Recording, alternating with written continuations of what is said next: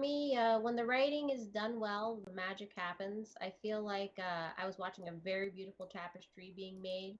But then, as many memes have suggested, the high art turned into children's doodles. I can't take anything big away. I mean, I agree with both of what you were saying about the amount of effort and work that they put into the show is beyond anything that anyone's ever done for TV.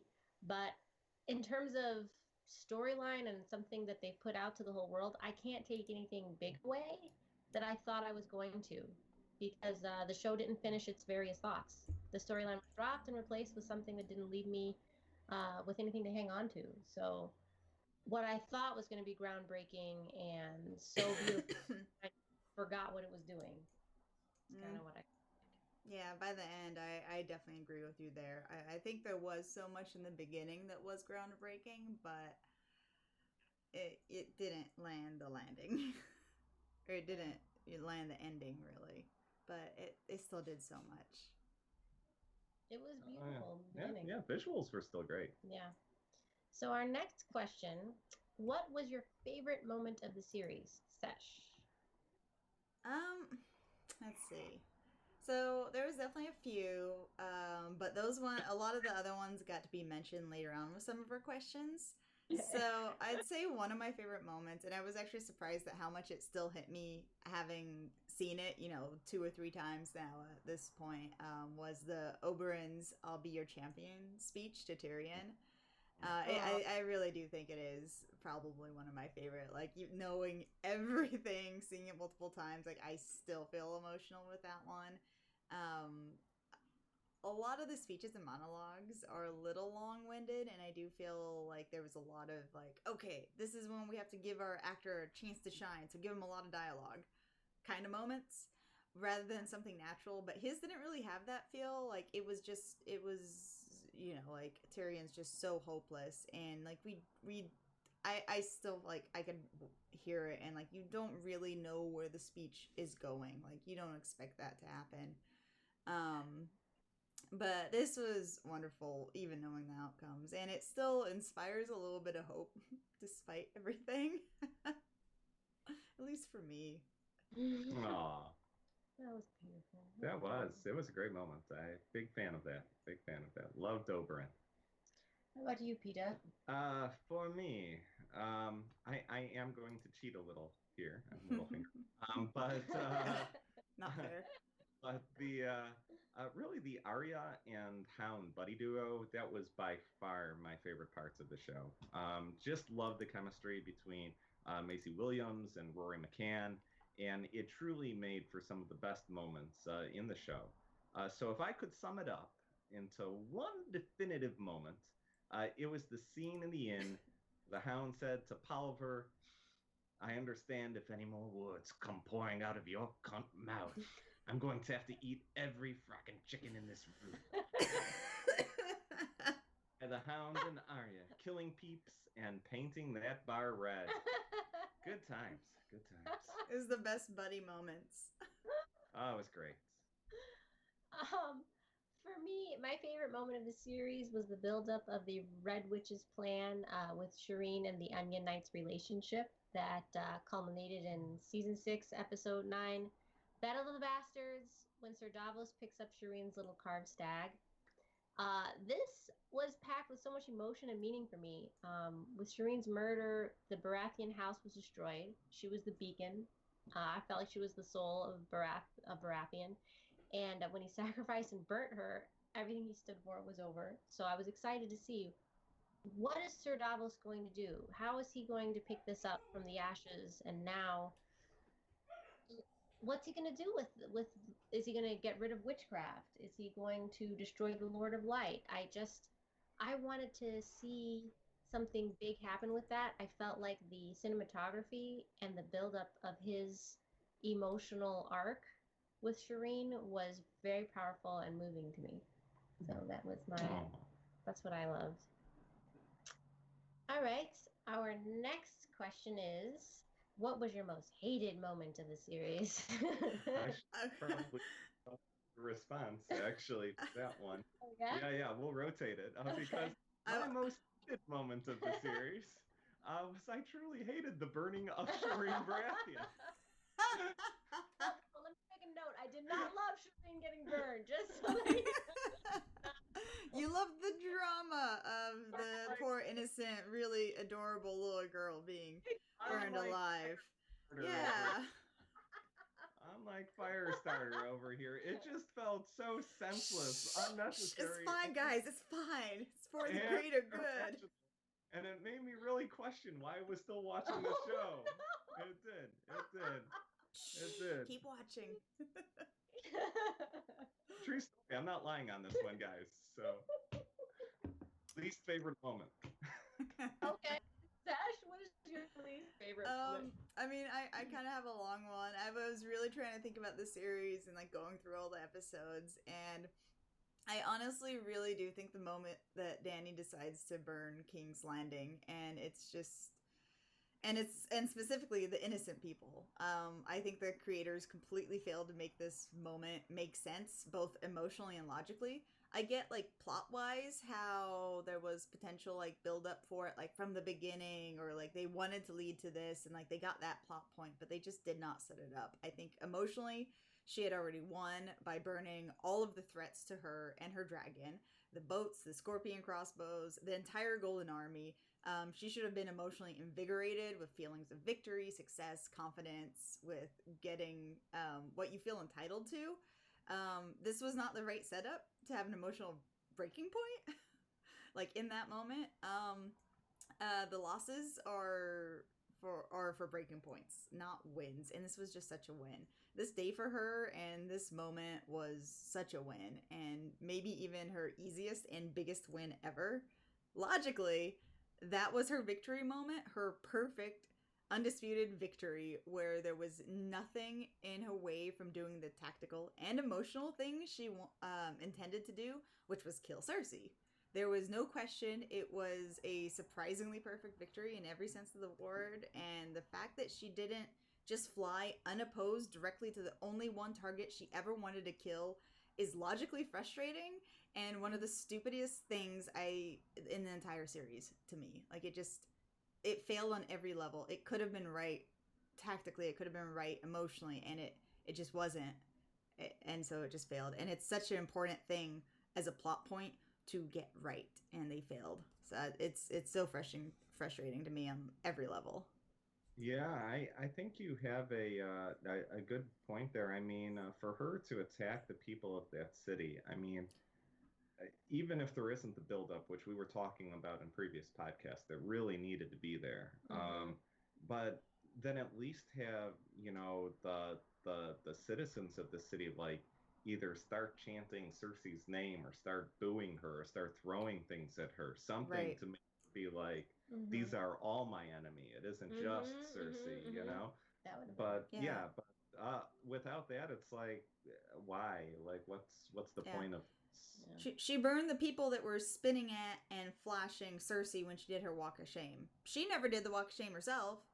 What does she have against those people? Like, there was just, it wasn't logical, and it didn't make sense logically or emotionally. And like, you kind of got to lean on at least one or the other. Yeah. And it failed on both. Yeah. Yeah, my most hated moment of the series was the Battle of Winterfell. I started to see that all of the buildup of the previous seasons was being unwound into little tepid finales. The Night King was murdered with no real meaning behind anything that he had done. Yep.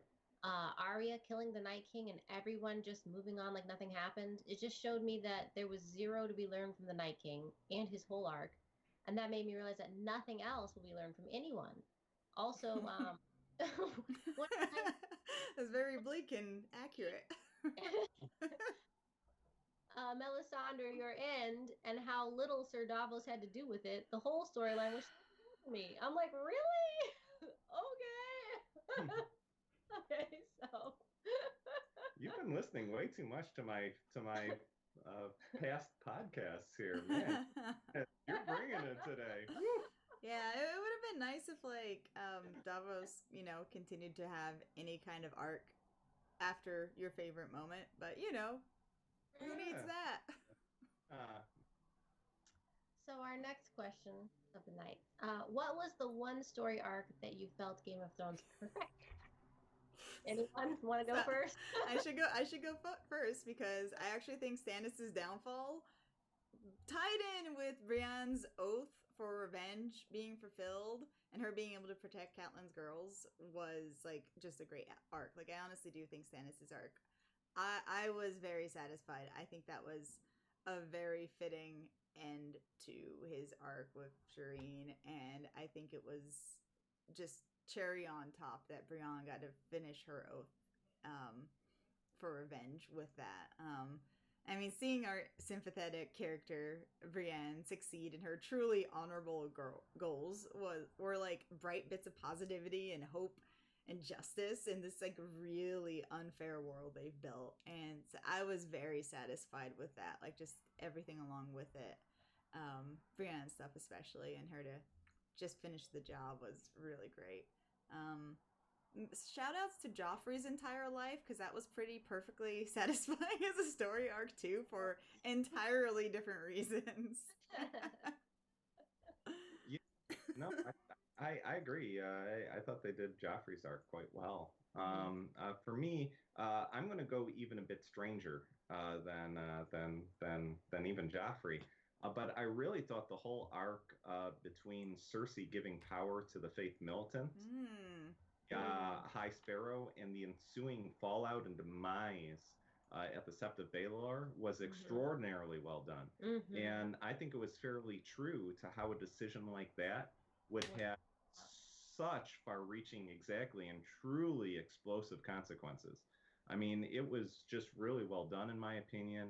And plus, I mean, that conclusion with the explosion of the Sept of Baelor, for the 10-minute music montage as everything was setting up. Oh my gosh, that was gorgeous scene. I thought it was fantastic, and I thought that whole arc was perfect. That was like Game of Thrones in a nutshell to me. Yeah, that was Cersei at her best. I was, yeah. or her best worst. She made me so excited to see what else she was capable of. Nothing, but Yeah, I agree with you. Actually, that's what you picked too? Yeah. Wow. Whoa. And I think her personal arc was very well done as she evolved through the loss of losing her children and showing her true self. I felt like that was almost perfect until the very end, until season 8. Yeah. Well, they did a really good job on that one. Cersei, I will say, for all of the all of the dislike that she gets, like her character was such a critical part of Game of Thrones, and I think they actually wrote her character very, very well until those last few episodes in which even with her in those last few episodes, I'll argue that she was consistent at least, but more so than everyone else. Well, but yeah.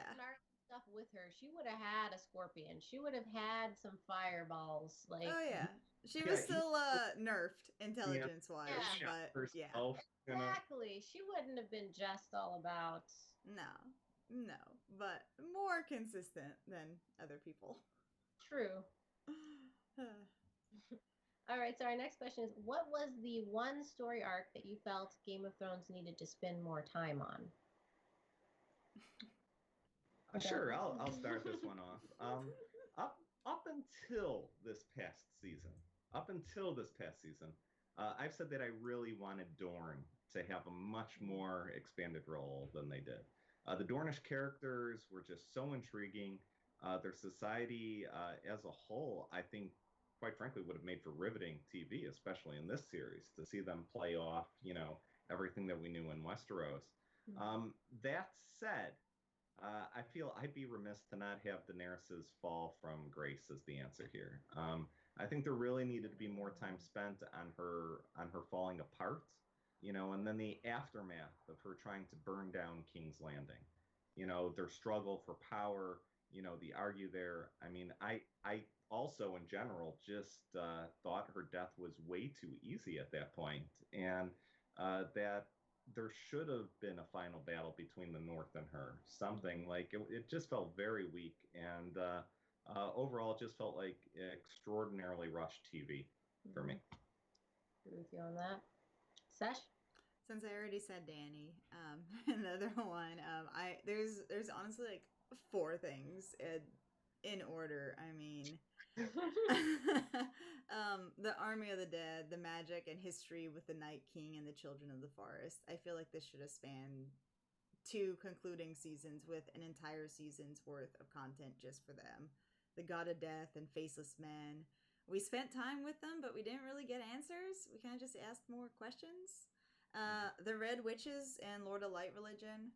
And Bran is the Raven. Like, once it happens to him, the learning, maybe slowly losing humanity rather than quickly. Like, even the old dude that was the previous Raven didn't quite seem as cold. There's just so many questions and cool things that, like, those things, and a lot of those things I think would and should in my head were very tied together, like the God of Death, the Lord of Light, the Night King and his army. Like, so many of them are very tied together that I feel like it was just like a huge, there's a crater of information like we just didn't get from the show. And like, honestly, these things make me just want to read the books, just those alone almost. But I felt very lacking from the show with those and all the lack of payoff for setup. Yeah. It was good advertisement for his books, that's for sure.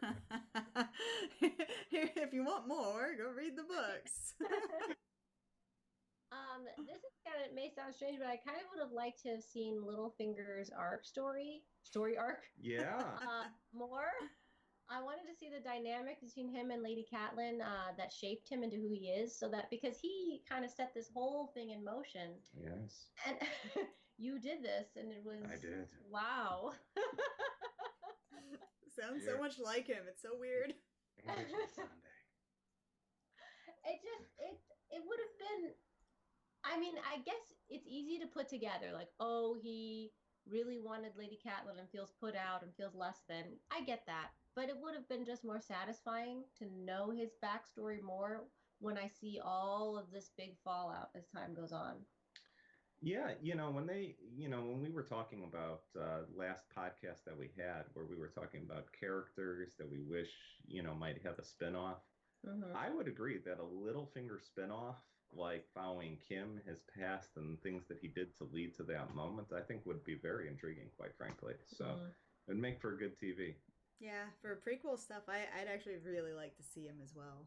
Because I'm sure, he's kind of been a little weaselly his whole life. So it'd be fun to see a less skilled weaselly version of him. Yeah, just getting smacked down. Oh, great. Like, stuff. actually physically get him beaten a few times. All right. Don't do that again. And I guess what gives him so much confidence with all these dangerous people that he's around, I guess, is one question that I kind of have. They have to give him a higher pitched voice as a kid too. I'm like, yeah, exactly. Okay. What was the one story arc that you felt Game of Thrones too much time on? I think I know what most of us are going to say. You want to begin? Oh, yeah. I mean, without a doubt, it was the Theon Ramsay torture porn / love affair. It just went on and on and on and on. With each scene more gruesome than the previous one. Yep. And as a finale, it had no bearing whatsoever on pretty much the entirety of the series. I mean, if all scenes regarding this were cut from the show, there would be about a full season worth of extra airtime that could have been spent on arcs that actually moved the forward. Yeah. Pressed the plot, gave it more direction. Honestly, from my standpoint, there was not a more colossal waste of time than this arc, and there was absolutely no payoff from it whatsoever. People can say, "Oh, but Theon, at the very end, he made the sacrifice." No, he was killed, man. That was it. There was no greater meaning there. It was just made him, yeah. And for what? You could have gone there with, honestly, 15 minutes showing like Ramsay using his new carving set that his daddy bought him. You know, that's it, and it would have been fine. Yep, and then just not see him for seasons even. Yeah. It's like, what happened to you? Like, I am Reek. I'll piggyback off of you because I said the same thing. I thought they were going. I know. In the beginning, I'm like, this is amazing. Like, you guys Favorite character. You wait and see. Theon is gonna come out of a bag on us and blow our minds with his character development and change. He's gonna be Reek, but then he's gonna be something more amazing than Reek, and I don't know. So, I thought they were going to do something amazing. They did not. He's a basic character that did not require all that torture. Close the book. Our first podcast, go and listen to it. Maria professing her love for Theon right there. She didn't just think he was going to be king. She wanted him to be king. Oh yeah, she went into reasoning, like elemental theory about why he was going to be king. It's water and iron. That's 2 elements. I'm like, what are you doing? Well, now wait a minute. You know the 5 elements? Guess who was king for that at the end? It was his, what was it, cousin or uncle? His uncle. Bran? No, Euron. A water guy ended up being king, so I was right. Wait, he was king? Well, kind of. Euron was king? I mean, if you count that to Cersei's queen, yeah. But they didn't get married. Well, he was a one-time side piece. He was like the douchey guy at the Scottsdale bar that one night. That's what they were together. So Hey, 12 our Scottsdalian friends out there.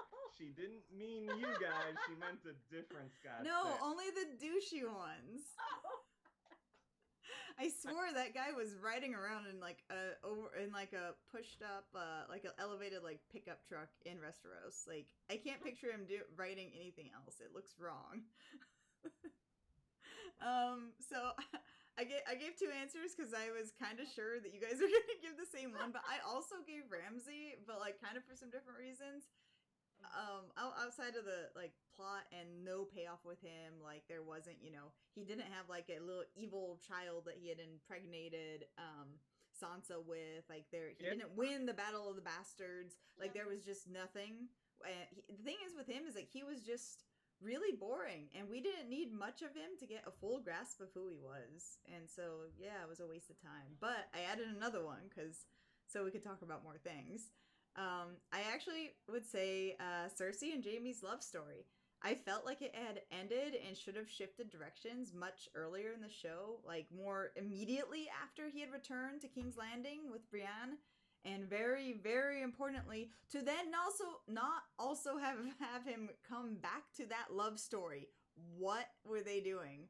Like I felt like it should have been over so many seasons ago, like, and it would have been much more satisfying if he was really like emotionally and physically adrift a little bit more afterwards, basically waiting to find Brienne. Instead he was basically kicked out, and then he's like, oh, okay, stay here. Hey, I gotta go, chick wants me back. Like it's so bad. I know that it's horrible because of basically Sansa being raped, but how much better of a show would it have been had she had to deal with her getting pregnant? Yeah, by Ramsay. That would have really been something. It would have. That would have been her character, like depth, unbelievable depth. She couldn't have an ego anymore, like she did. No, and it would, seeing her doubting herself and have to deal with others and what others in the North especially might think of her, like, I think that would have added such broad decisions and dialogue to the show. Yeah. I really do, and I think it was a missed opportunity. I can understand from like a test audience perspective, nobody wants to see that, obviously. But but there's so much in the show that nobody wants to see, and like that is something that is real, that happens. Like more so nowadays, probably than children being burned at the stake. So. Yeah. Like it would have been really great, I think, for them to add that. Like I completely agree. Like it would have been like a really rough thing for a character to go through, but for her to even like find love in the child, and then even to possibly have like a her being in a Ned Stark position where she understands why you would lie about that, and maybe even have like a husband along the way to pretend he's the dad and be the king of the north along with her.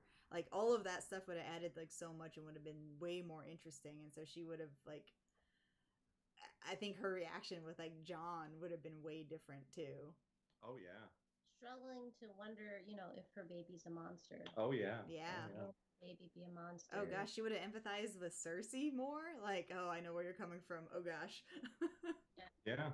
It kind of would have been interesting if the baby was a little deformed too, because she had that whole like kind of vein thing where she didn't want to look at the hound. Oh yeah, yeah. Like yeah, her yeah. baby might have something Yeah. to where she would have to kind of realize there's more value in life than looks. Yeah. Yeah. I would like to think that she grew past that. At least that was a real growth that she had as the show got into the later seasons. But yeah, like there's so much they could have done with that. I mean, so much. Like it's just missed opportunities, man. All right, so our next question is, as the dog has said. Oh yes, the dogs are saying the timer has moved on. We must continue to go. So okay, so just to preface, I don't think we included this in the beginning of the recording, but I'm in an area right now where a lot of people are practicing fireworks for tomorrow since we are recording on the 3rd, and I'm also in a place. My temp living has a bunch of huskies, so they're being cute, and we might hear some howls or some fireworks in the background. So sorry about that. That's sound. What can you do with it? Excellent. It's the wolves. Yeah, the dire wolves. The night is yeah. full of terrors. So okay, so what was your favorite episode of all Game of Thrones? I'll go first because mine's the same as it has been for the past, every single episode that we've done this. But yeah, without a doubt, it was Battle of the Bastards. I mean, wow, what an episode! The visuals were completely out of this world. The whole episode, it just felt so claustrophobic, like you were truly part of the battle, and there was just so much at stake. And I also thought that from a dialogue point of view, at least for that episode, it was so on point. It was set up so perfectly, and really, I thought it was some of the best writing in the series. That episode is the one that I will definitely take away from this show, even years down the road when people talk to me about like what are some of the best episodes of television you've seen. I just thought it was a completely perfect episode in my in my eyes. Beautiful. Sash?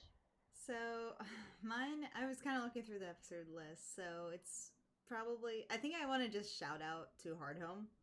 The first full scale terror of the Army of the Dead was amazing, and it's just such a thing to like it just such a thing to see, like the first time we do. And there's so much else going on in that episode, and there's like all this tension and all this conflict, just like the human stuff with the wildlings in the north and everyone beyond the wall, and then for it to just end and just everyone being blindsided by that was really incredible. And like the way the generals were there and taking notice, but that's all shout out. I'm getting too into that. I think my actual favorite, because it was my first favorite episode the first time, I'm really like, this is just, every single scene is like fantastic in this, and just there's so much going on, was Cripples, Bastards, and Broken Things.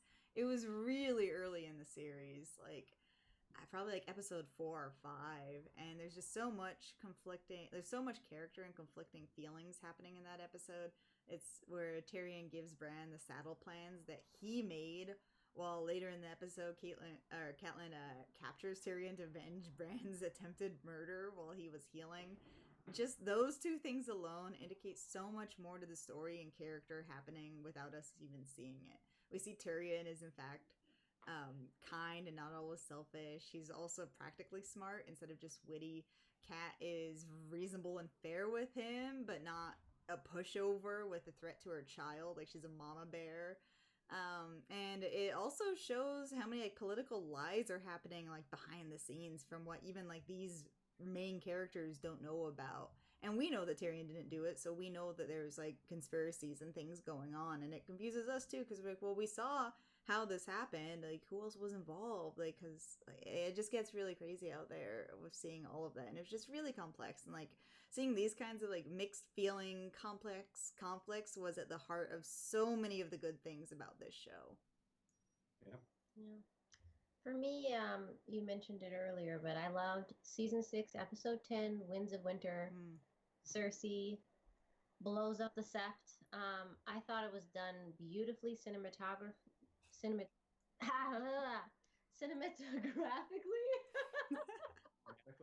you. Not an expert. Not an expert. I thought it was done so beautifully in all elements. I can't find my words right now, but it was potent, beautifully written. It was the culmination of the story arc, but done so well. It was the best sequence in the whole series. For sure. It was perfection, and it felt like perfection, and it was so satisfying, and it didn't miss anything. You know, even with the silent suicide of her son, it was just every part of that was perfect. It made so much sense, yet it was surprising at the same time, which is so satisfying. That was mine. Yeah, no, great episode choices. Yeah. All right, so our next question is, who was your favorite character? Oh, me? Jonathan? Oh, mine was Arya. She was fun. She liked to stab people. You know? Yeah, go stab people, girl. That's right, and she really didn't give a damn. She was great, and probably the character that had the most character progression in the entire show. They really wrote a great part for her, and I think Maisie Williams just killed it. Like, especially for a younger actress to just take that role and to run with it. She was phenomenal. She did a great job. She so should badass. Be movies for years to come, or shows. Forever. I think she's on a new show. I heard so too. I heard so, but I think she's going to be exceptional. Like, she seems to have great range, really great range for a young for a young actress. Yeah, for any actress, I think. Oh yeah. Sesh? I'm gonna go with Tyrion. I mean, even despite him being horribly inept, dumb, and with the writer's grudge against him the entire half of the series, he literally did not land a single win. His good was still so good that it overshadows the bad. I wish the show didn't sail off of that fact alone and actually contributed to his character for the later 4 seasons of the show. They didn't, but I mean, he's still my favorite, even just from those first 4 seasons, being his only time to shine, really. It's really hard to write a smart character. It's really hard to write one. Yep.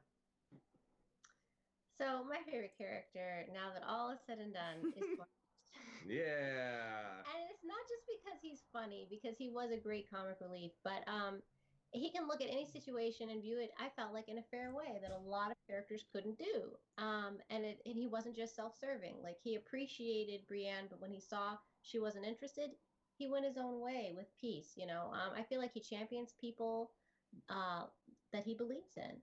And that's not something that I saw in most of the characters. And, you know, Tyrion I did, but he was so embroiled in so many other issues that I just felt like Tormund was so fresh. He was great. He was a breath of fresh air all the time.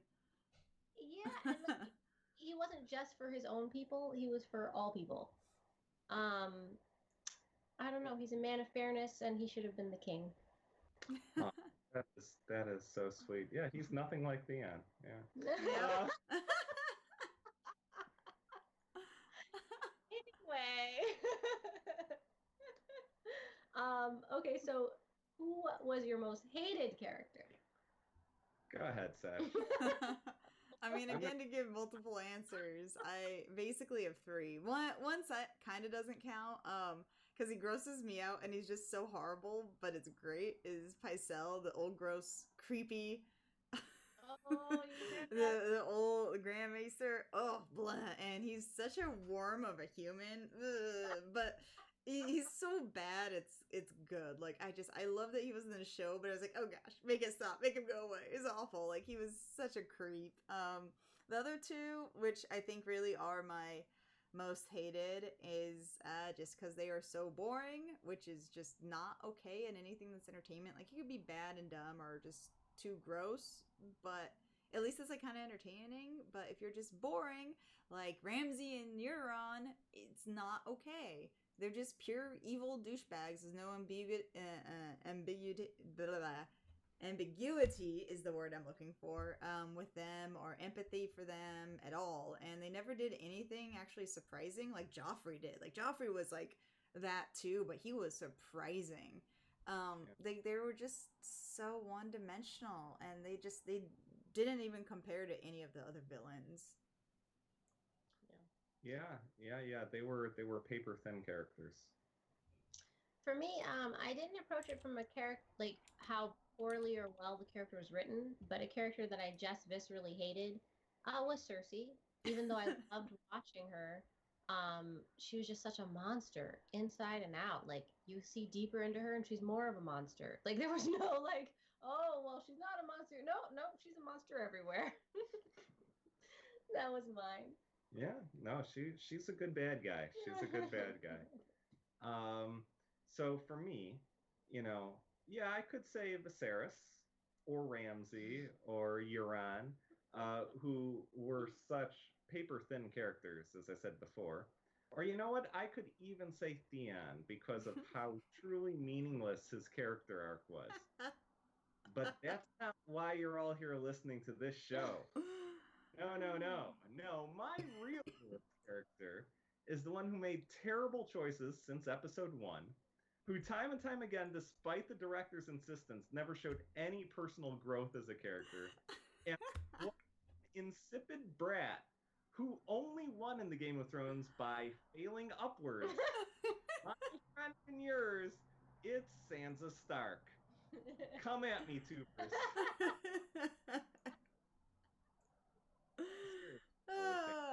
My gosh. Oh. For a second, I actually thought you were going to say John. Oh, and then I thought you were going to say Bran. I didn't like, so just to be clear, I didn't like John very much, but I didn't hate John. Yeah. I'm like, okay, like, his character actually somewhat fits, and it was consistent throughout. Bran, I liked him when he was younger, and then when he was older, I didn't hate him. I was more confused by him, like, the entire show. I'm like, huh, that's creepy and awkward. Okay, let's continue. But no, Sansa, I think throughout, I don't think there really was much of a moment where I'm like, oh yay, Sansa. Like, great job, Sansa. Like, for me, it was more like each decision she made, like, was exactly the same. The worst decision you can make possible in that situation. So anyway, I am sure there are some people raving right now about my choice. But I'm telling you, her character was terrible. It was a terrible character. Maybe it was necessary. Terrible character. No. All right, we have spoken our piece. I feel good now. The final piece. I will never say this again on stream. So we'll see about that. That's right. It might be later on. So our next question is, if you could have been one character in the series, who would you have been? Yeah, that's a fun one. That is really fun. Oh, I mean, this one's probably, I would say, upwards of my second favorite character. I've been a tomboy my whole life who's always liked quote-unquote boy things, and I absolutely relate to Arya. And if I was in a world like that of Westeros in this, era that they're in, I would want to learn how to fight from a young age too. I related to her heavily. I was extremely happy with her. It was hard. I was hard pressed not to say her for my favorite character, but Tyrion is just, those early seasons of him is just so hard to beat that it would have been her otherwise. Yeah. Cool. I also chose Arya. Not because I was a tomboy as a kid, but because I wanted to be. And if I had to do it all over again, that would have been so fun. Or Jack and Hagar. That he was Oh really yeah. cool. Oh Like to yeah. skills, amazing. Would have loved to have done that. Yeah, great choices. Man, I'm going to go dark here, folks. But sadly, given the setting of Game of Thrones and how absolutely terrible it would be to live in that universe, uh, I probably would have been Littlefinger. Oh. Yeah, um, except, except in the very, very background, with no aspirations whatsoever for the throne. You know, I would have been like the personal assistant to someone on the small council, never being loud enough or high enough to be recognized and get my head chopped off, nor power hungry enough to show any desire to move ahead and again get my head chopped off, but someone who would do some really, really shady stuff and then blend into the shadows while watching everyone blame and kill each other over what happened. However, my actual personality is far more like I pick Davos in real life. Like I'm probably most like Davos. Yes. Like nice, have my own sense of honor and ethics, and more like for part of the people. But yeah, during this day and age, oh my gosh, like if you aren't like a terrible person, I think you die almost immediately in this show. Well, yeah, I mean, you just kind of described how Missandei was. She was kind of in the background. She was doing her That's thing. true. That's She true. still got her head chopped off. She did. She did. Sadness. She did. She was too close to the To the queen. to the Yeah, queen. that's true. Like, You gotta stay yeah. away. You know this. Yeah. Yeah. You know this reminds me. If you haven't done it already, I'm gonna plug this, even though it has nothing to do with us, other than I've played it, so I'd recommend it. Is the Game of Thrones Telltale game. Yeah. Or it's a choose your own adventure game, and you play like 3 different storylines where you're all just sideline characters while a bunch of crap is hitting the fan. And so, you know, it'd be fun to see how you actually would play the Game of Thrones. Yeah, the maid, the chambermaid. She that was I think my favorite character in there, seeing her choices because they seemed like having the most variability. But yeah, Hers was fun because like the end of her episode, like you basically have a big conversation, and that's all was like your boss battle at the end because it's just a game of conversations. Like that's what it was. It was like in the peak of Game of Thrones, like when this game came out. And her boss battle at the end of like her little first story arc is Cersei. I'm like, yeah, this is a boss battle, all right. yeah, it's good stuff. Good stuff. All right. So our next question is Game of Thrones and its rabid following was one of the most popular shows of the 2000s. Do you think the series was overrated, underrated, or properly rated? You're looking at me. Yes. So, oh boy, this is where we start going south. Twitchers and tubers out there. So we've had our fun, we've had our games, but now down to brass tacks. So personally, I think it was fairly overrated. I feel bad saying that, but I do. I think the visuals were spellbinding and innovative for the small screen. And I think that there were some truly sensational scenes, arcs, and dialogue. But as a whole, I thought the writing was very inconsistent. I thought that if the show itself had focused more on the violence, torture, and vulgarity at times than on the plot and the story arcs themselves. And it almost felt to me that each episode the writers tried to one up themselves on how, revolting they could make scenes in each episode and then forget about the character progression while they're busy patting themselves on the back. I know that sounds harsh. And I can certainly understand why the show was popular and had such a following. But the truth is, I just don't feel the show should have been as well received as it was. I think it should have been well received for the visuals, even for some of the writing, especially during the first half of the show. But after that, I think it wavered a lot. So sorry, guys. I'm out now. I think for me, I did think the writing was consistent until it was time for the denouement. Now there's no makey sensey of how they make everything fall apart. Like everything built up beautifully, I felt throughout the whole time. I mean, there were some parts where they're weaker than others. Sorry, I'm still giggling about Makey Sensei. Comes down and they don't unwrap everything well. Professional. I am professional. I mean, all of the knots that the story built up, they pretend like, oh, let's just get a one brush and go whoop, and it's all gone. Everything that was complex is no longer complex, and we're going to just end it. Yeah. They just dropped all the plates. I don't know. I felt like it was consistent until season 8. I really do. Like there were weaker episodes, there were weaker seasons, but it all still had its plotline. It all still had its logic. I think. I think some of it did.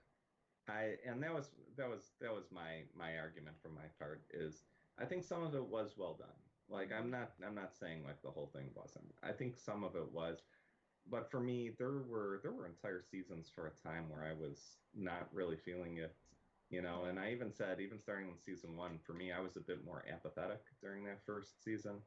um I started really liking it in season 2, and then I think season 3 was a step back for me. That was with the whole Theon Ramsey thing. But they were good episodes when it wasn't Theon and Ramsey. Yeah. So were pretty Just good. over. I I don't know. We're starting a fist fight here, guys. Let's go. I mean, I'm a little surprised at how much it took off, because I mean, the things, like, I think there are like things similar in quality and like combining things, like, just didn't blow up like this did. But I think it was just right time, right everything, right blend, right amount of people, not like too nerdy, not too political. Like there was like just enough of everything that really got everyone hooked on it. And like honestly, so I think it was actually really fairly accurately rated, because I think there was a lot of like hipsters who refused to watch it, and I think there are a lot of people who the show just isn't made for. Like honestly, like I wouldn't recommend it to people who don't like violence or tragedy for entertainment, and that's totally fine. But there are a decent amount of people that do like violence and tragedy for entertainment, and so those people who do love it, and right there with them. Like I like a lot of that stuff, even when I do like the lighter stuff. I like both. The people who watch it and hated parts of it, I'm positive it's because they love it so much. It's just like us fans felt about the Star Wars with each of the trilogies. When we hate it, it's because there's so much we love, and we think it's just not like living up to that love. And like I think everyone like hates the show is gonna, like, on the flip side of the coin, love the show as well. Like I haven't really met anyone who's like just completely mediocre about it. It's like, oh yeah, it's all right. I mean, like, you love parts of it and you hate parts of it. Like there are things that they do dumb, even if like overall you're about it. Like, so I think it was critically accurate pretty much by season. Like I don't think it was very overrated, and I think rewatching it again has definitely like tampered how I was thinking about it. Like I thought like, oh, season 7 was like, ooh, such a first like drop off of like quality, but like half of the season was all right, and then I'm looking at season 6 and like half of that season was all right, the other half like wasn't so all right, and then there was like little episodes in like season 5 too that are like, these are like kind of not as good, because like 3 and 4 I think were like my like, wow, these seasons are like so good, like even with the Ramsey boring BS going on, like it was still like just so good, and I was so entertained. I think I hated the Ramsey stuff because like everything else that was happening around it was so good that it was another thing where any bits that I was hating was just because there were other bits that I loved so much and I wanted more of that. Rather than like some other show, I wanted the same show, just those other bits, you know? Yeah.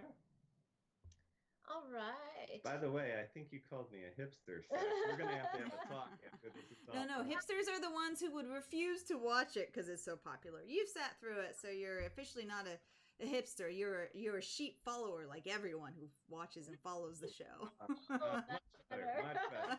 Okay. Woo. So, You lemming. so on top of that, do you believe Game of Thrones will be deemed a historically important and iconic show 50 years from now? So now this is the opposite for me. This I absolutely do think that it will be. I think the way they brought visuals and the feature film budget to the small screen will forever change television.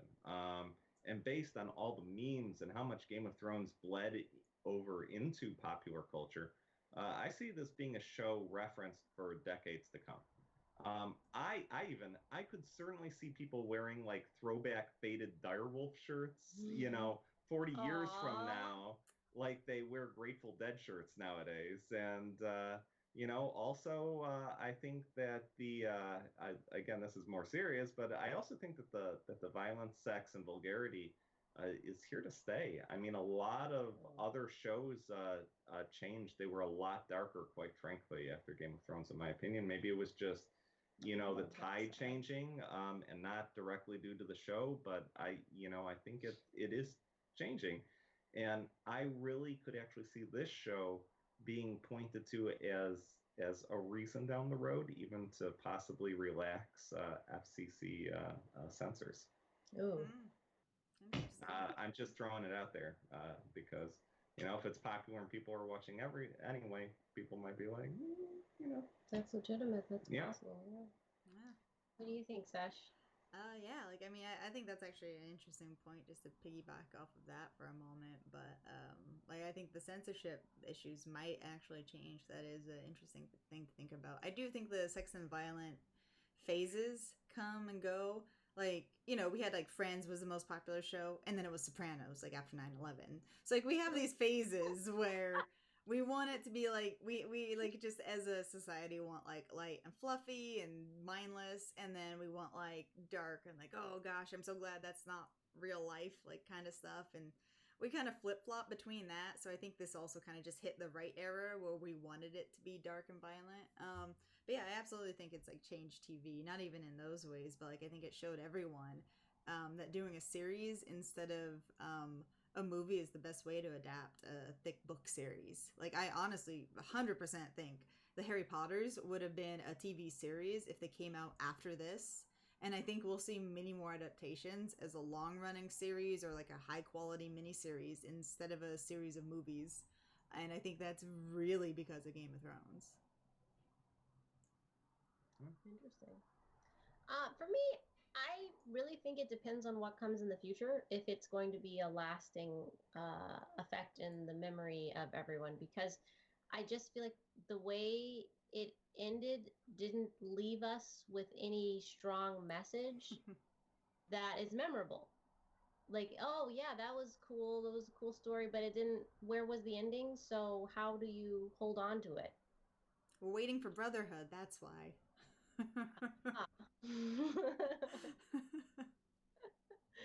I think there'll be like references, popular cultural references, but I don't know if it's going to be that memorable over time. That's me. I could be totally wrong, but that's it. I think it might, like I said, it might be replaced with a complete like redo of the series later on, when all of the source material is completed. I mean, I'm thinking like 10, 15 years down the line. Like it would be that long for this to kind of fade out enough where they're up for doing all the iconic stuff all over again, but finishing it right. Yeah. That'd be cool. All right, we'll have to come back to do the podcast of that 10, 15 years down the list. Yep. All right, question is, where would you rate... Are you okay? Yeah. Oh no, I'm game for this, man. We're gonna be making millions, doing like our own creative things and all of that, and we're gonna come back. Same setup, like the dinkiest podcast setup we can possibly do. Like, okay, guys, this is our roots. Yeah. Jonathan, where are the questions? Get them in. Get them in. Intro now. We'll have our assistants do them. Yeah, assistants. Hi, everybody. Oh, no. Jonathan here. Okay. Where would you rate Game of Thrones as an all-time show, and does it make your top 10? So for me, I'd rate it top 3 visually.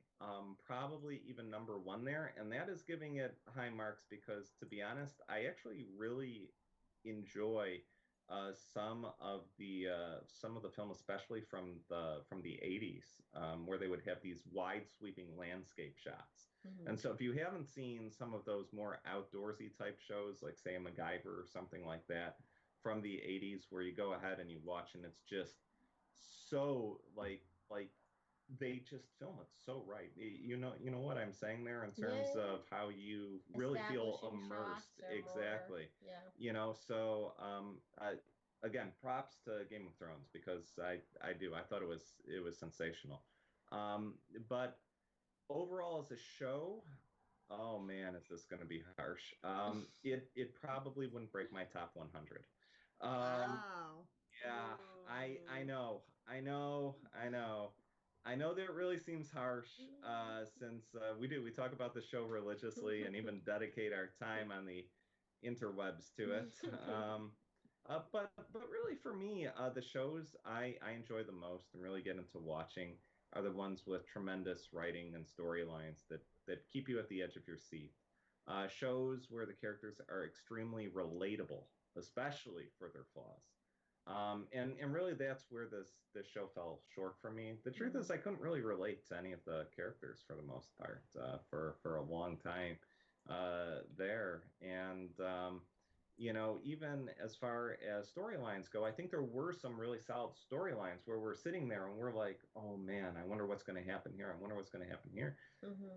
And then it's sort of like, again, as you said, it sort of fell flat entirely there, you know? So, you know, I'd almost go so far as to say that Game of Thrones succeeded in spite of middling to poor writing and character development. Oh. And yeah. I think the development was good. The payoffs were just not. It's like all the backstory was there, and they rode on that momentum, and they're like, "Okay, where are we going with this? I don't know. Oh, just go off the cliff. Exactly. Abort." Exactly. And you know, well, there certainly is something to say about that. You know, for me, it just makes it really hard to rate this highly. Like, I don't want to say like, oh, it wouldn't make top 100 to me because it's a bad show. I don't think it's a bad show. It's just like, I don't think it had that cohesion really that it needed, and I don't think it had that follow through either. In a way, like it reminded me a bit of boy, this is going to get people all crazy now, but it reminded me a bit of Lost. Except Lost, I thought did better with the character development parts, but there similarly at the end was like little payoff. Yeah. So when I never watched Lost. I thought about watching Lost, and then I read an article where they were talking to the writers and asking them, you know, what's your plan, everything like that. And the writers basically said, we don't really have a plan. We just kind of go by the seat of our pants. And I'm like, I'm not going to waste my time. If you don't have a plan, what are you doing? Yeah, no, that's exactly what I'd say. It felt like this show. It felt like this show. They scrambled a lot. And I felt like they did okay while scrambling, but I think, you know, and this is so silly and like, you know, sort of obnoxious for me to say about a show where people are spending so much time, you know, and energy, and to say, oh, you guys didn't think this thing through, you know, like they did, but I don't know. For me, I think that it focused on the wrong points at times, Yeah, and to really I agree with tremendous that. show, Yeah. they needed to not do that. They needed to put the energy to where it was needed, and Yeah. I think it was the storyline. And when you're going ahead and you're talking about a show and you say, "Oh, what was lacking about it?" Oh, the storyline and the character, like Yeah. those visuals, man. It's like, Yeah, I mean, I don't know. I know I've said this before, but I really feel like the writers of the show were just not writers. They're just awful at writing. They are great adapters and great editors. They are not writers at all. Like as soon as like they stopped having like some source material, it was just so apparent, and like you can just pick out so many of the things like they had to make up because it was everything that was stupid or that didn't make sense. It's like they weren't even paying attention to the own things that they had been writing. They were just so disconnected from it. Like it's actually kind of amazing. Like because usually you see that happen where all of a sudden like most of the time in series that happens when like there's a writer's strike where you have to completely change like the original creators, and there's disputes creatively happening between them and like the studios, so they bring on a new team to work with what was there.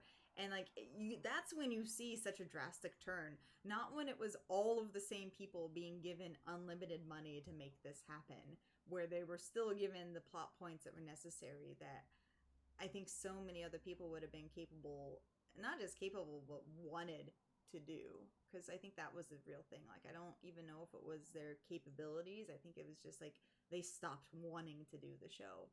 And that's just, it's so tragic. Like, it's so sad with that. Like, so for me, like, excluding anime, this would maybe be borderline like top 20, top 25 for me overall for shows. Like I'd still really recommend it. It is still stand out for a lot of reasons. Um like it's not sticking the landing, or even like the seasons leading up to it is so rough, and it definitely bumps it lower on my list. But yeah, like it would make like top 20, 25 probably, because the good of it is just, it really is so good. Yeah, for me, yeah, what made me love the show was the intriguing logic and cause and effect relationship of each of the characters and what would happen to them based on the mhm. different choices that they made. And that to me stayed consistent until Yeah. they lost, until season 8. Then there was no longer that tight cause and effect that was so like, well, why do they make it like this and answer it like this? It all fell together. And they just didn't do that. Why not? Ooh. I know. It's like just answering the most basic of questions, and they just ignored them. Yeah. As an all-time show, if I ignore season 8 and pretend like there wasn't a season 8 and I just died in a fiery crash and couldn't see the ending, I'd probably rate it a 7 out of 10. But it wouldn't make my top 10. It would probably be my top 30 though. Yeah. In my top 30. Yeah. All right, so now our final question of the night. What is the overall grade you would give the series? Let's begin with Sesh. I was gonna say, so your answer was 7 out of 10. But not actually. Not actually, because we're doing letter grades. Maybe I'm doing a letter grade, so you can change your answer.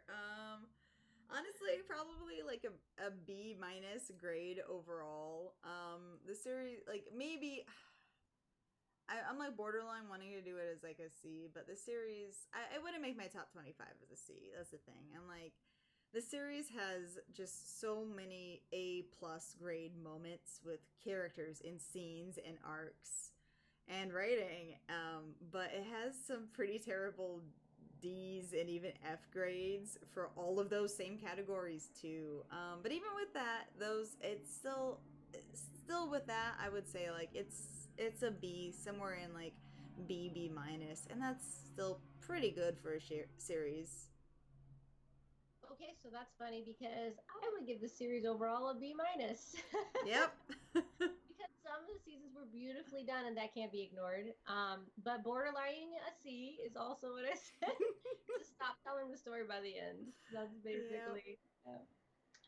Jonathan? So for me, I'm going to shock everybody here, but overall, I'd give the show a B minus. Better than Crazy. yeah, better. So better, wait, a B minus for you isn't even your top 100 shows, probably. and High taste. you have seen a lot of very good shows. This is a long list of like A plus shows. I need to write. I know I'm going to get in so much hot water for that comment because there's just going to be a string of like comments like right after a list of 100 shows better than Game of Thrones. Yeah. Like, oh, I God. want to. Yeah, I'm commenting to you to do that now. I'm curious. Right now. I just threw 100 out there as 100. Maybe it's 50. I don't know. 50 still a lot. I'm not sure. There's so many shows. No. So like I thought it was I thought it was better than average. But a show that I likely won't rewatch or even stop on while channel surfing. So for me, it just fell short on a number of key aspects. And while I do love good fantasy and sci-fi, it just wasn't my cup of tea. I think the rewatching part is really the big part for me, because if I'm just talking off of the top of my head, like a lot of different sci-fi shows and fantasy shows already would like get a nod above it for me just because I'd rather be watching it, Mm-hmm. and maybe some of those shows aren't as good as Game of Thrones, especially during their good times. But it's just like if I have an hour to spend watching a show, what am I going to watch? And I have options between Game of Thrones and these others. The truth is, I'm probably just not going to watch Game of Thrones. And like, I understand it's a different series too. Like, you have to be really into, the series and like the progression of it and the characters. And for me, like even rewatching Game of Thrones with you. You were crying. Yeah, the whole time. it was hard. It was difficult. Like I was on board with it, Mhm. like for certain arcs, but Yeah. then like there were other arcs and seasons as a whole where I sort of like was just sitting there. I'm like, and the whole time I'm like, hey, can we just take a break? It's been No. If you guys don't remember, this entire podcast started because Maria was watching Game of Thrones and watched all of it in like a fever state over 2 weeks. Which means that I too rewatched it while she was in that fever state over 2 weeks. So it was, oh my gosh, like I had just enough at times. See, I actually really enjoyed my rewatch. I think it's something where, depending on like what episode's on, like if it's on TV, like I might pause and be like, hey, okay, like I'll keep this on. Like it's not something I like sit down and really like study and rewatch again. I don't think for a very long time. But maybe not ever, even in this kind of capacity that we've done it. But like if it's on, like I'd have it as a white noise that I'll let it distract me a little bit while I'm doing whatever it is that I'm doing. Like it is something. This was a question I'd like to ask you guys that we did not have in this questionnaire. But like, would you recommend it to someone, or would you show it to your kids once they're old enough? Oh no. I wouldn't show it to my kids. No. When they're old enough? No. When are they old enough? When they're like 70? Like, okay, time to watch. No, Bran became the king when he was much younger than 70. I'll wait until the new version comes out, maybe. Mm. It depends on who I'm talking to. Like, if I could tell that they would appreciate this kind of show, I would, definitely. But, yeah, no, my kids aren't. By the way, no kids yet for you. No, because no, like you might be confusing the listeners my out there. imaginary children. Yes, Yeah, all imaginary. This is all hypothetical. She is confirming she is not having a baby right now, or does not have any secret babies that neither you or I know about. Yeah, exactly. Get back in the closet. Like, maybe after kids, they'll just be driving you nuts, and you're like, all right, here we're gonna put on Game of Thrones, so you never know. Would you recommend it to someone just to make them mad by the end? Yeah. See, I would. I think I would just warn people, like, do you like tragedy and violence as like entertainment, like dark stuff? Like, give me some examples. Okay, all right, that's good. Okay, cool.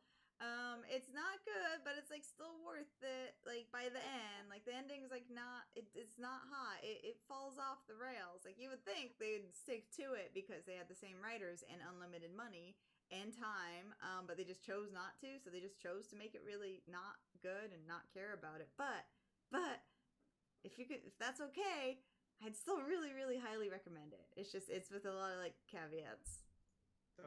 So for me, funny story before I answer this, but I remember I was trying to get Maria actually into Silicon Valley, which I successfully did because I love Silicon Valley. It is a great show. Everybody watch it. For everybody counting at home, that is one show above Game of Thrones. Well, we should keep a tracker. We need to keep a tracker document. What is better than Game of Thrones for Yanya? And we need to get to 100. I know. Start this document. Gosh. Yeah, I need to start writing stuff now. Maybe that'll be another podcast we have to do. Holy cow. Maybe I'll give you guys flashcards. I'll write down the show name on the flashcard, and you guys have to give me thumbs up or thumbs down. I like this idea. Yeah, everybody at home too. But anyway, I did. I was getting her into Silicon Valley.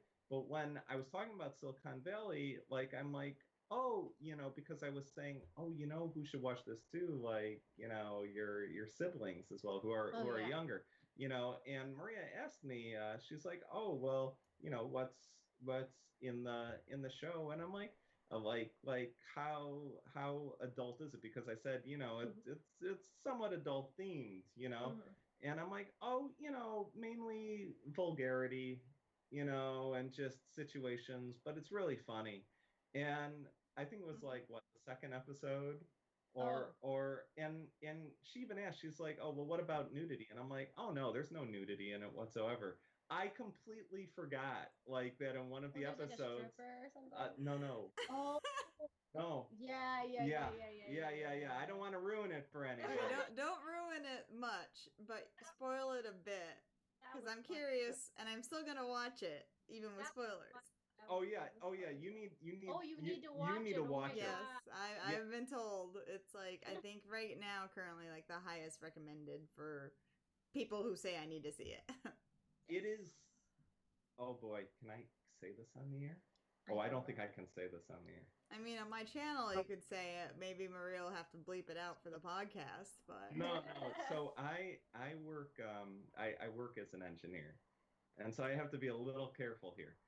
But some of the themes on that show, especially in regards to how hierarchies work, I am definitely not saying at my current company, but a lot of the decisions that are made are so true to form at times, so, and again, not speaking for my company, but it's funny, and there are some hilarious situations, like, again, all of like the little slights that you might see between managers or things like that, and in the tech industry as a whole, and how easy it is to be successful or to fail.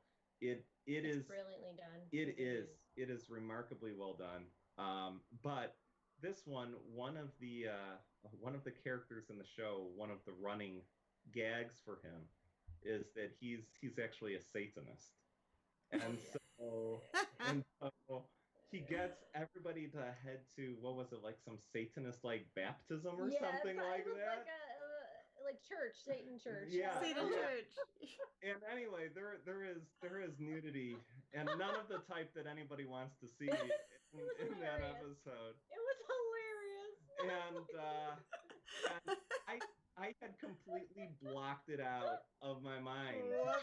I did not remember it. So it's that bad of nudity where it's actually you you had a mental block with it. I did. All right. I did, and I knew immediately when it was like on. I'm like, and I said it before her. I'm like, oh my gosh, I made a mistake.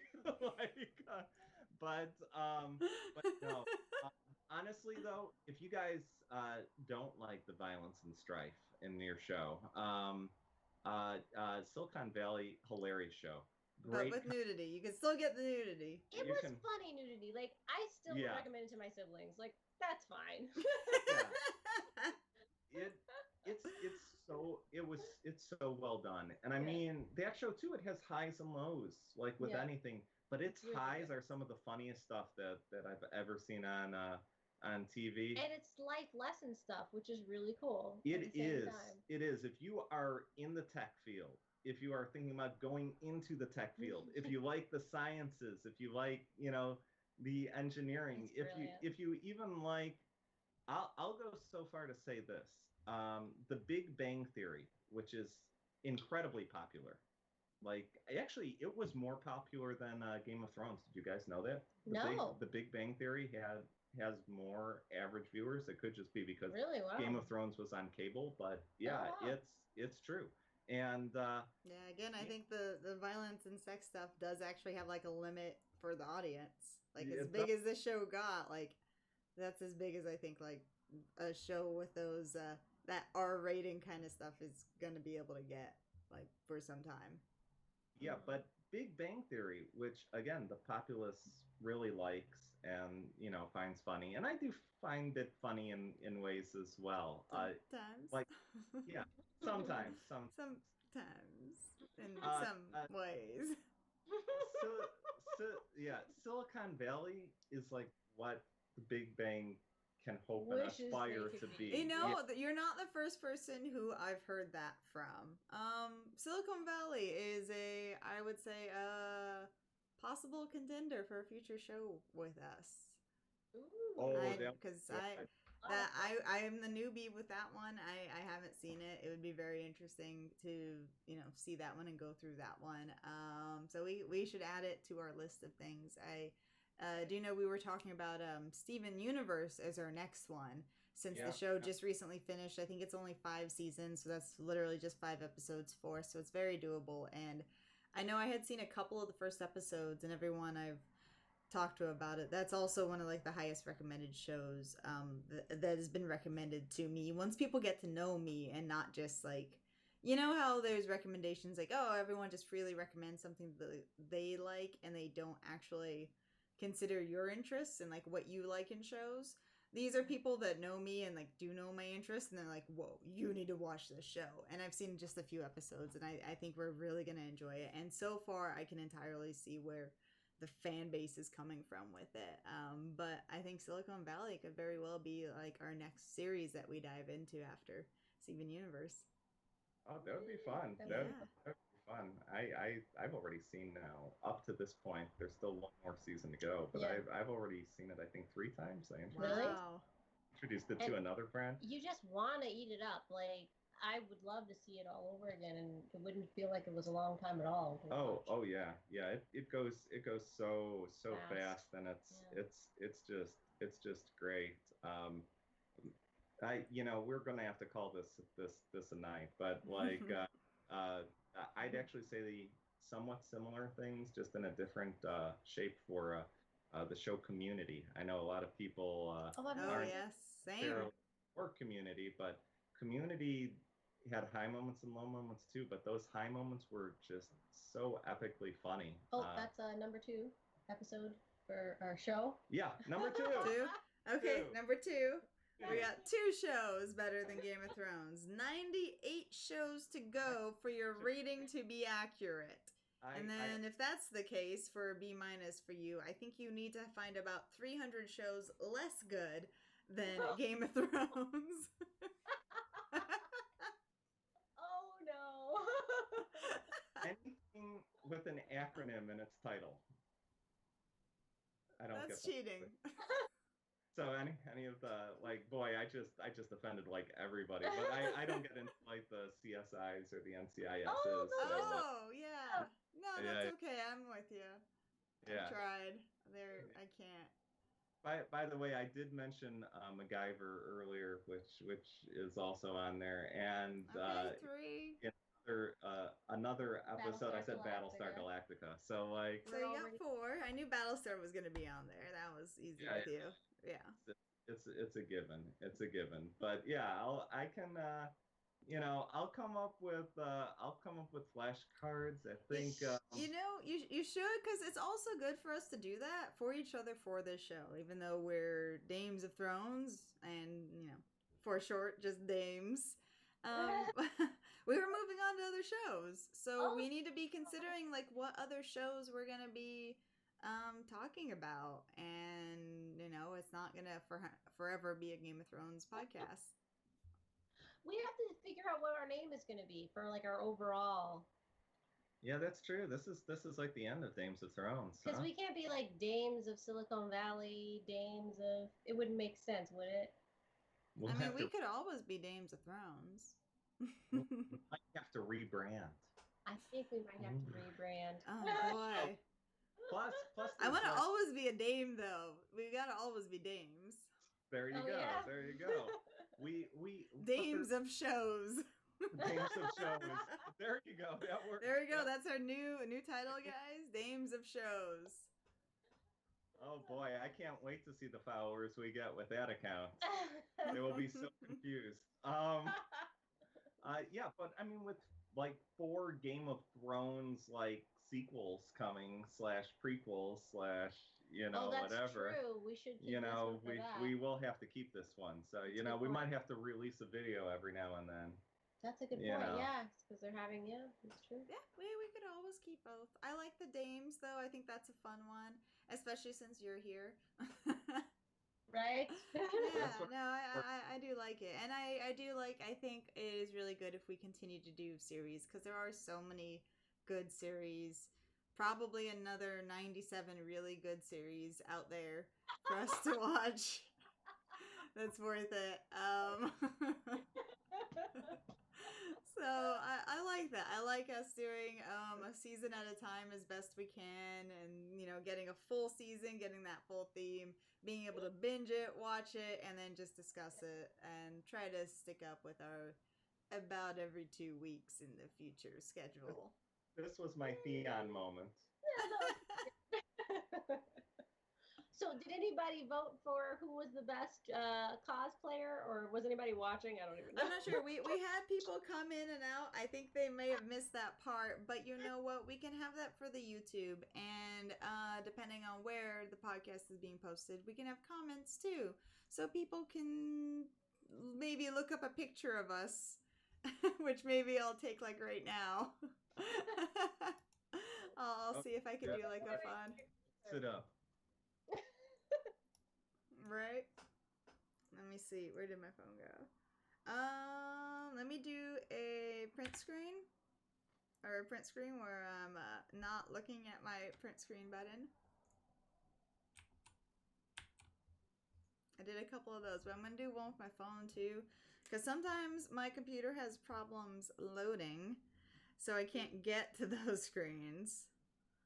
So let's see if I could just... Boop, boop, boop, boop, boop, boop, boop. Okay, nobody's gonna see any of that. Where's my phone? Oh, that's great. It's like I'm getting the whole image, but not seeing the phone. All right, guys, make your faces.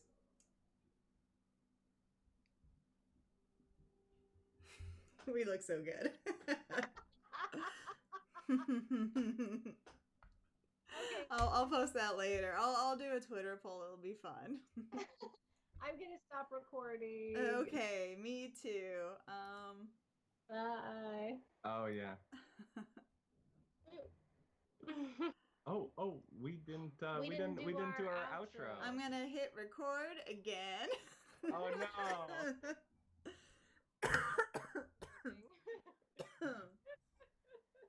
sorry, everybody. We forgot the outro. I'm slacking on the job Don't here. worry, we're still live. We're still live. I like to make sure I'll let you know when we're cutting, and we'll say goodbye to everyone for the night. But yes, I'll decrown. I don't know, unhood my hat once you actually give your outro, not an intro. I'm tired. It is late. It is. It's nighttime and it's full of terrors. You ready? Oh yeah. Are we recording? I'm Yeah. recording. Oh, And... Oh my gosh. Okay, I'm sorry, everybody. Well, Spry Tubers, it has been an epic journey that you have had here with us, here on Dames of Thrones. And we are looking forward to bringing you much more interesting content in the future on other series. It could be Steven Universe. It could be Silicon Valley. It could even be Watchmen. Or it could be a show I've been trying to get Maria into a while as well, in Angel. Show number 5. Go down to 95. Down to 95. I'll add Buffy to that one too. Just I want to pump see up. Buffy too. Yeah. So it could be any of those. Oh, Supernatural. Or something. Oh, no, Supernatural. Too long. We I'm still in it. Oh, I like. What is this outro? Okay. Supernatural would be on there. Anyway, it has been a slice. We have absolutely loved doing this with all of you guys. And remember, chaos is a wheel, but you know what? It's also a ladder. I thought you were gonna say the wheel was broken. The wheel was broken. Yeah. Good call. No, honestly though, it's been a pleasure. We've really enjoyed this. Your support means everything. And honestly, we're looking forward to doing this with you guys in the future. We'll come out with a new show. We'll start releasing as soon as possible, and we start watching. And we'll go from there. So see you guys in the future. Keep supporting. Hit that share, like, and subscribe button. And as usual, if you hated this episode, and especially hated my Peter Baelish voice, make sure to share, like, and subscribe, and not once, but twice, because that is what people who hate the show do. Dracarys. Ah! He was stabbed. That's what that sound was, just for the podcast people to be sure. All right. Good night. Good night. See you all. And see you next time on Dames of Thrones. Bye. Okay, I stopped recording this time.